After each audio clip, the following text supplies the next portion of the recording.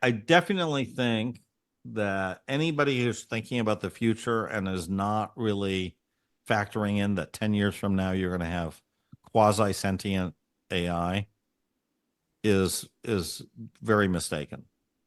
Because I definitely think that it's moving so much faster than we ever expected.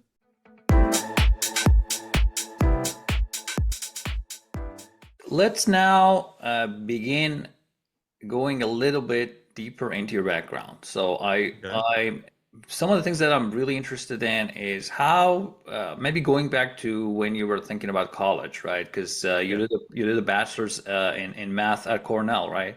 Yeah. So how would someone first of all, why would you even do math? Why would you do that to yourself, right?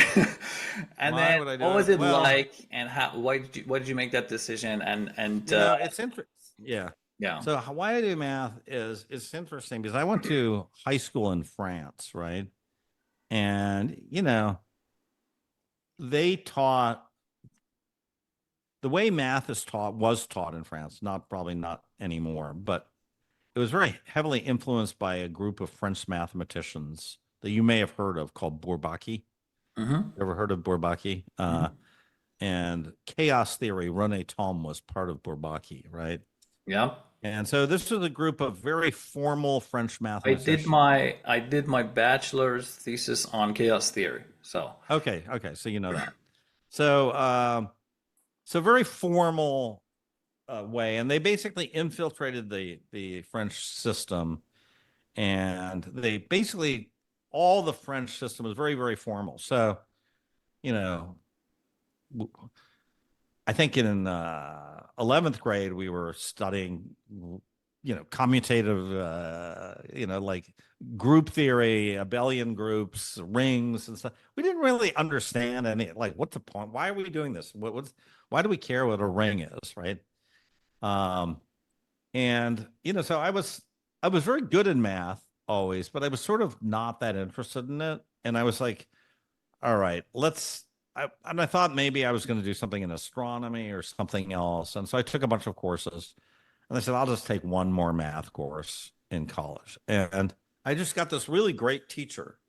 And it was a teaching assistant actually in my first freshman year at Cornell. And he's like, well, yeah. And I had a great advisor who was this abstract algebra guy, Rosenberg, and he was like, and I was like really enjoying this math as it was taught by Americans. And then I said, well, I studied this stuff. And he goes, oh, terrible, terrible. The French system, just terrible. And he goes, you shouldn't be studying that stuff in high school. And I go, why were we? And he goes, well, it's just a mistake of the French system. He goes, but you'll see that stuff gets really interesting, like in sophomore math or junior level math. You're going to love it. And he was right. I just started really loving math. And I got A plus, I think, in every single math course I took in college. And I got, B in philosophy. You know what I mean? So I was sort of like, I sort of self-selected myself as, and I sort of was at Cornell, I was like, okay, I'm the best in math at Cornell for sure, so you and thought of it as a challenge, right? You put your mind to it. I'm gonna be the I best was at this. very, you know what there's some people who are good at sprints and some people are good at marathons, right? I happen to be just an amazing marathoner. And I realized that if you give me a problem that I can sit and I can think of for, a couple weeks or couple weekends, I will just sit down and I will like crank through that problem. I will solve that problem. Now, if you tell me to multiply two 5-digit numbers in my head, I can't do it. I'm not good at that kind of math, but I'm amazingly good at perseverance and long distance math, So I realized that I was really, really good at it. And so then I was sort of like, okay, what do I want to do? And then I was sort of like, well, I want to do math. And and then I just was so good at math as a thing that I, you know, I got into Cornell as an undergrad, but then when I applied for grad school, I got everywhere. Every single place accepted me. Princeton math, Harvard, uh, MIT, Berkeley, Stanford, everybody accepted me. And then I was I picked and chose, some were pure math, some were applied math. And I was like, you know what? I'd like to go to Stanford because I like the weather. That was my decision. And they were going to pay for everything. And then I realized when I got into grad school, I went from being sort of the best guy in math that I could see to being, okay, these other guys are equally good. I remember that, like, sitting at a table and people were like, okay, what's your interest? And it's like, well, I'm designing autonomous vehicles and I won the Hughes Fellowship. And I'm like, what the, wow, you're doing that? And he goes, yeah, here's a model I did. We'll watch a little video. And this was, back in 1983, right? So, there were some absolutely brilliant people in my group, right? And so I sort of realized, okay, I'm now, the level has gotten much better. You know what I mean? So it's sort of like you're good at violin and then you go to the Vienna Philharmonic, you know what I mean? And you Yeah, realize, I like, mean, you're really comfortable being the best guy at something, and suddenly that's all gone. You're yeah, in a different world. yeah. So, so then you know, I, I really enjoyed my grad student, and I really ended up doing most of my thesis in statistics because I befriended this guy named Tom Cover, who was this, he basically ran the stats department, and he is this information theory and statistics department. And we became friends, and we just were hanging out, and he'd be like, Fred, here's an interesting problem. How about this? And and and so we he was sort of he sort of co-led my dissertation, and we started thinking about a lot of these things. And so I had a very great time and a great dissertation, but I was totally burned out afterwards. I was sort of like, and my advisor's like, you absolutely need to go, Tom and him are like, you totally need to go into academics. And I'm like, and I'm like, and I remember there's one talk that somebody came to give, and I remember it was a competing guy, and I realized the guy was so smart, but I also realized he really didn't like me. And I realized the competition in math was intense, right? And so you get to this point in math where there's only 10 people who understand what you're doing, and they all hate you because you're all competing against them, you know? Yep.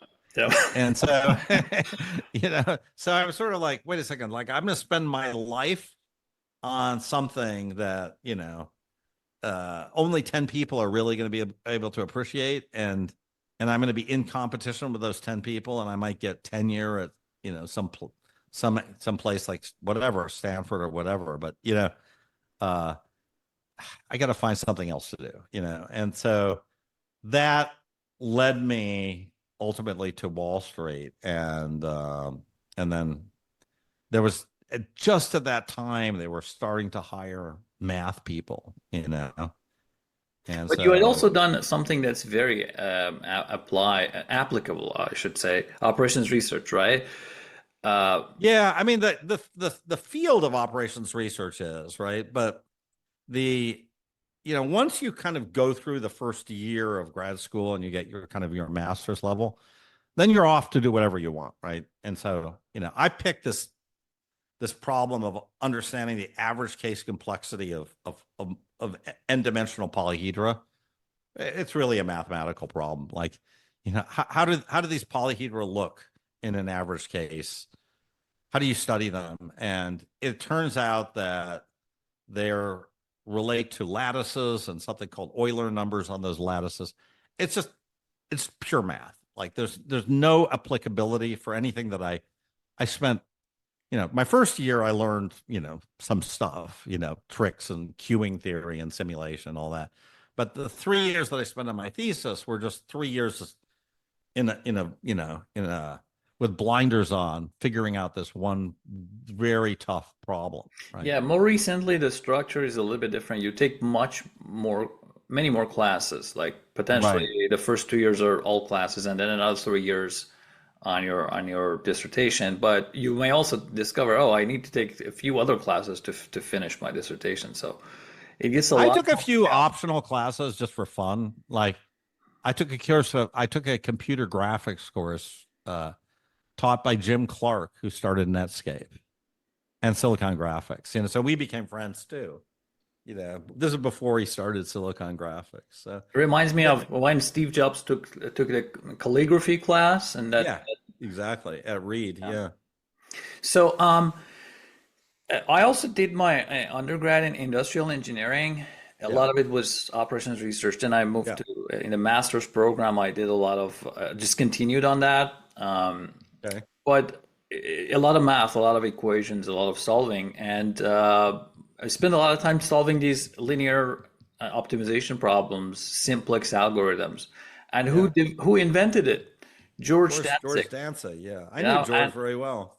and he was on your dissertation committee, right? Sure. Yeah. Yeah, Well, so not only that, like on my thesis, on my thesis defense committee, I had Donald Knuth, who wrote The Art of Computer Programming, mhm, probably the single most important person at the time in computer science, and also Christos Papadimitriou, who was, kind of now sort of almost viewed as the father of complexity theory, mhm. in computer science. So, you know, it was a really great period at that time. There was a lot of stuff that was still there's a lot of AI was just starting, right? And I have one paper that's published in IEEE Transactions of Machine Learning and AI in 1983 or 86. I published that paper. And so, and I would talk to Pattern Cover about recognition. AI all the time, back in the day. And honestly, I did not expect it to really get solved in my lifetime. I felt, okay, it's interesting. Isn't it funny that AI is just everyone's only now talking about AI as if it was just invented 2 years ago? Well, the general ideas of it are old, but the the path along the way is. I mean, I'm still just in awe that this stuff actually works. It's amazing to me that uh, and Cover would mention to me this very early work. There's a guy named Herb Simon. I don't know if you ever heard of him, but Yep, Herb yep. Oh, Herb I've heard a Simon. lot from him. Oh, okay, yeah. So Nobel Prize winner, and he came up with this idea of separating hyperplanes, and it was sort of the almost the original, sort of the genesis of machine learning, really, if you think about it. And so it just seemed, it just sort of seemed like this separating hyperplane stuff and machine learning could maybe somehow generate AI down the future. And then we had this period, the 10 years after that were very negative for AI, right? And then it really felt like, okay, these expert systems will never work. And you're going to be writing these if then else loops, and that approach will never work. And we had a guy there who in the computer science department there called Richard Teitelbaum, and he was kind of the guy who invented expert systems. And he tried to take him. He had a company. I think it was. I don't know if it was a public company or what it was, but he had a company, and there was a lot of effort, but nobody had really kind of nailed it down to this language model. And I if you work remember on like something 40, 50 years, you eventually get the solution. I think that's it's funny because one of the first iterations of those talking robots, I worked with one like 20 years ago or so, and it was a whole if then machine. yeah, So it maybe even more than that, longer than that. But and you would see that even at that time, I could think this is not going to work. If you just have to like code every single possible situation and have and hard code the right answer to that, this isn't going to work. And I think what changed everything for the whole field was that we figured out how to have the computer itself learn what to do over time. And at some point, we don't even know what it's learning. It's just creating a whole black box that has considered all the possibilities in a system, and somehow it works. So just let the machine understand what to do. The machine has to train itself. You can't code the machine. The coding doesn't work. But here we are, and Stanley Kubrick was only off by 30 years, right? HAL is by 2030 we will have HAL. We're getting pretty close to having HAL right now. But by between 20 and 30 and 2040, we will have HAL. So, By the way, how do you think about how AI will change our lives in future? Because are you more in the camp that it's going to evolve to a place where it's going to figure out humans are just something unnecessary on the planet and they're just wasting energy on crazy dumb things, and they'll decide to cut our access to energy? Or do you feel like this is going to actually end up being a wonderful tool to us that make us much more productive and happier and help us? I don't know. I think it could go either way. It's not clear. I definitely think that anybody who's thinking about the future and is not really factoring in that 10 years from now you're going to have quasi sentient AI is very mistaken. Because I definitely think that it's moving so much faster than we ever expected. And look, ChatGPT is only 2 years old. So in 2 years we went from, oh, this is like there's some cute sort of images to this thing you really can't code without this thing now, right? I'm using ChatGPT more than I'm using Google now.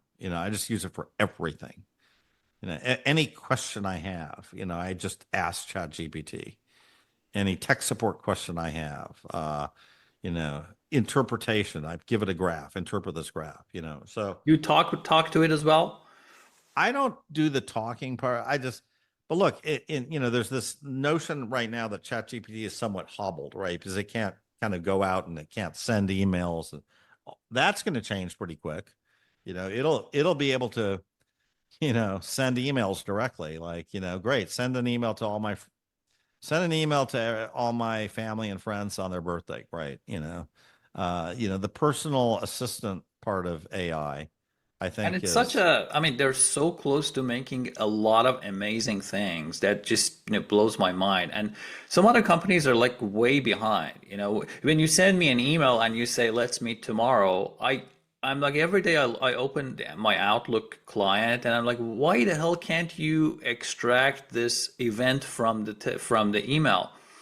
So it's such a simple thing, but you can imagine a future where ChatGPT is going through all of your emails, filling your calendar with everything you're planning to do. This will happen in the next couple of years. I mean, it's not even It's not even the coolest it's not parts. Jules Verne kind of like someday they're going to be, this is happening in the next couple of years. Like, I and since I got the 17-year-old, I'm very interested in, like, I'm sort of telling him, well, this is kind of the way I see your life, and that's like, do you want to be a coder? No, maybe not, but you better understand how AI is going to change whatever you end up doing, right? Because you're going to need to understand how to work with AI, and that's going to be critical. I have a story on that. In the middle of my PhD, I went to work in Silicon Valley, and I was working on transportation systems and optimizing delivery routes and things like that. And I thought, okay, I'll take some of my OR knowledge and think about mathematical optimizations of routes and everything. So I probably have an edge. But once I got there, I saw the actual transportation team has no operations research guy. Right. They were all computer programmers. And what they Hmm. had done is, instead of, us dealing with mathematical equations to find what's the best way, what's the best order of delivering things to different customers, Right. so that you meet all the time windows and minimize the cost and all of that. So they had just figured out a program that was efficient enough that would look at all possibilities, like millions and millions of ways you can mix and match customer orders and plans and routes, and just figure out what's the best one.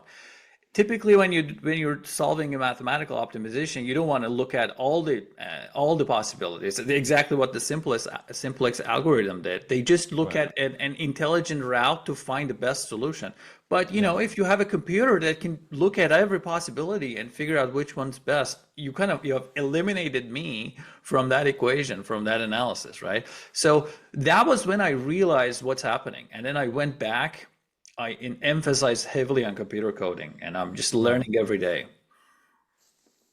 You know, I think that I think that just having a undergrad level math degree is such a bonus. I mean, I tell everybody who will listen to me that you should major in math undergrad because and whether it's math or computer science or anything, I don't care. But like having that ability to think like that is so useful in general.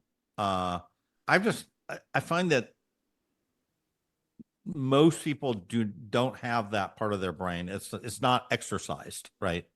So when they're looking at something, they don't it's very hard for them to even like, and I'll bring it back to Bitcoin, for example. Like, when I saw that power law, I mean, I can start looking at it very quickly and sort of going, oh, okay, what's the chance of this thing being random or something, right? And a lot of people are, well, this is just technical analysis. I'm like, no, it's You can't tell the absolutely not difference. Yeah. technical analysis. Like, no, it is not technical analysis. There's something deeper going on there, and and the ability just to distinguish the power law from technical analysis is something that if you have a math background, you immediately see it. There's like no question, right? But if you don't, you're the two look similar. There's charts, there's lines, you Line is know. touching the dots, you know, Exactly.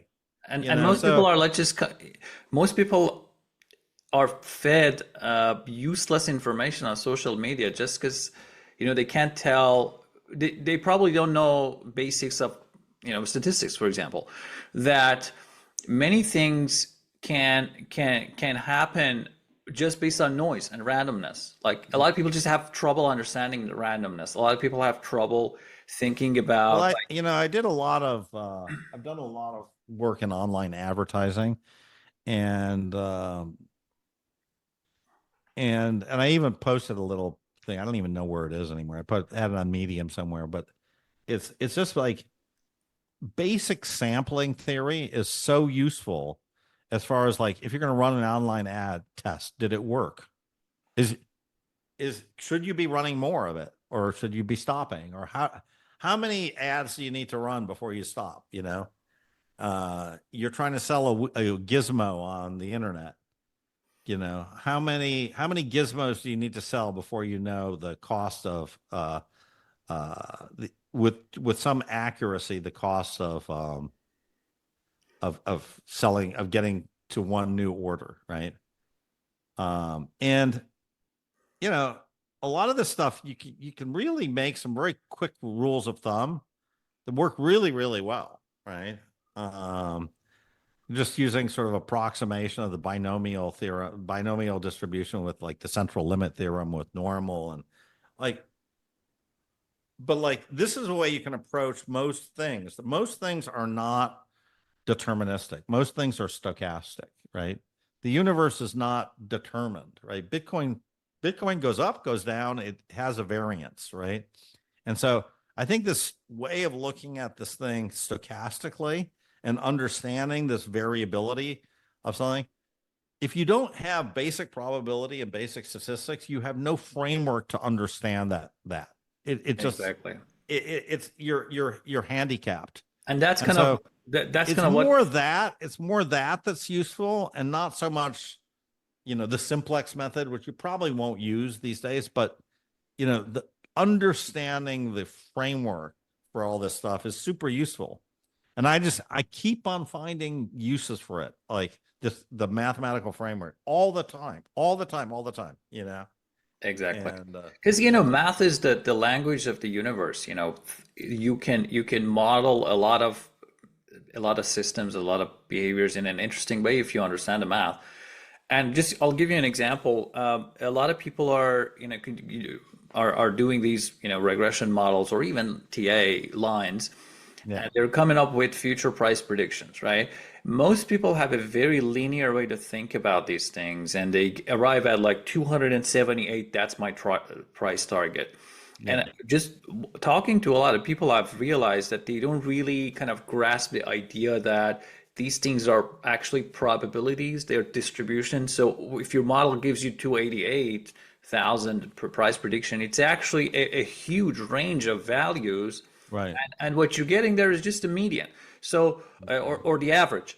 So you got to think about it in likelihoods, and a wide variety of outcomes are possible. It's just the probabilities are different. So you have to have a like much more nimble, much more flexible way of thinking about the possible set of outcomes. And Yeah. you'd be surprised how many people would reach out to me last cycle and ask me about what do you think about Plan B's price target. And at the time, imagine it was a period that most people were supporting him. Jimmy Song, Saifuddin, and many other Yeah. personalities. Uh, Max Kaiser, they were just dying for this model. And at that point, most of the time, my advice to people was that this is just a model. So you should consider that because I've been doing models. I know Yeah. models are great, but they're also very dangerous because they might fool you into thinking that they are actually working perfect while they're a little bit less than perfect. And if you rely too much on them, that little probability of error will burn you a lot. So and of course it didn't work, and you'd be surprised how many people literally relied on his numerical predictions and made leverage decisions that relies on the price of Bitcoin reaching that number. And if they kind of had a more probabilistic mindset, they would see, okay, even if we like Plan B's model, it's just probabilities. It's some level of probability that we reached her, but there's a quite a bit of other universes in which that doesn't happen. So you have to plan for all of those cases. Yeah, no, it's true. And like is going to get you in trouble every single time in Bitcoin. Like everybody who, everybody who blew up, they all blew up because of leverage, right? That's why they blew up. And I think, my the only thing it took me a while to really understand Bitcoin, the value proposition, and B, you know, how to play Bitcoin, which is you do not trade Bitcoin. And you know, I do think that the one thing that gets people is this leverage. And it's just completely unnecessary because, if I don't care how much big your stack is, you really do not need to borrow 2x on it. There's just no reason to do that, right? And it's pretty simple math. Uh, Bitcoin can drop 50%. It can, and people are like, well, it can't drop 50% from here because it can only drop 50%. Well, you don't know that. It can drop 50% from anywhere. From any point, you have to have the belief that Bitcoin can drop 50%. And even if it's at the bottom of the support of some model, it can still drop 50%. It's a highly volatile thing, which can drop 50%. So if something can drop 50%, now it also tends to over time go up a lot. It is a very high performing asset, right? But it's an asset that can drop 50%. So if you were leveraged 2 to 1, there is a non-zero probability that you are going to get completely and utterly wiped out, over time. And, it's amazing how many people didn't get that memo. Just over and over and over and over again. That, I'm going to dart in and out. I'm going to be smarter. I'm going to wait. Well, all these things may be true, but you're playing with fire, and you shouldn't play with fire. What you should do is you should take some percentage of your net worth and just put it in Bitcoin and literally not touch it until that thing is 10x. And we were talking about, math literacy. If you Yeah. just think about what you're doing with leverage, you are allowing yourself to be nuked. You're creating a non-zero probability of ruin. Right. And that it's very, very, very difficult for that to work because you may be successful 99% of the time, and only that 1% will wipe all of that out. So if you just think about what kind of probabilities you're getting yourself into, if one of the possible outcomes is total ruin, it's a horrible gamble. Yeah, you should not have a situation where all of your money can get wiped out by some wick down. And you could say it'll never happen, but by definition, you need to compartmentalize things so that whatever you're doing, nothing can happen. And whatever you're saying is that black swan, we've lived through enough black swans now to know that black swans happen. And they happen not only with Bitcoin, they happen with finance. I mean, they happen all over the place, as a guy's been in finance, what did I see? I saw the October, 87 crash. I was there, and I saw the Japan crash, right, in 1990. I was there, floor of Nomura Stock Exchange the day it crashed, the day it peaked. It didn't completely crash in one day, but so I saw the crash of the Japanese market very closely. The great financial crisis crash, saw that, was there, been there, done that, and so, and now you get all the crypto crashes, right? 2017 was there, that 2013, I wasn't big enough that it mattered. It was insignificant for me. But, and then 2022, been there, lived through the crash, right? So, I've been through all these crashes, and the learning is crashes happen. And so, do I think that there will be another crash in the next 5 years? 100%. There's going to be, we are living in a very unstable world, right? The financial world is unstable. $35 trillion in debt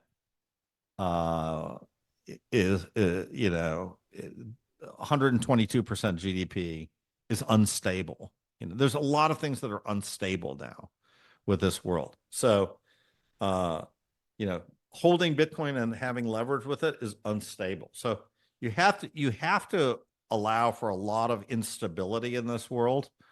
And I think it can be positive, right? It can work to your advantage. And that's why I would recommend people not be 100% in Bitcoin, right?